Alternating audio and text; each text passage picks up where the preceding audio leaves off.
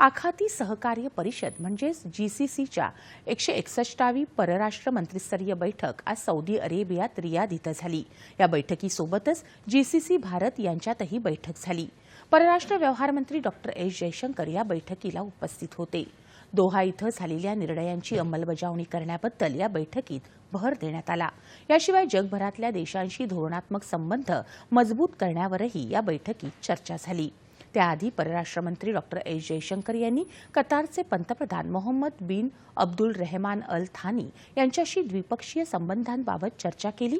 राजकीय व्यापार, गुंतवणूक, ऊर्जा, तंत्रज्ञान, संस्कृती अशा विविध क्षेत्रांमध्ये द्विपक्षीय संबंध पुढे नेण्यावर या बैठकीत चर्चा झाल्याचं जयशंकर यांनी सांगितलं। तसंच ब्राझीलचे परराष्ट्र मंत्री माउरो व्हिएरा यांचीही जयशंकर यांनी भेट घेतली। दोघांमध्ये G20, ब्रिक्स आणि युक्रेन या विषयांवर चर्चा झाल्याचं जयशंकर यांनी म्हटलं आहे। रशियाचे परराष्ट्र मंत्री सर्गेई लावारोस यांच्याशीही जयशंकर यांनी द्विपक्षीय चर्चा केली।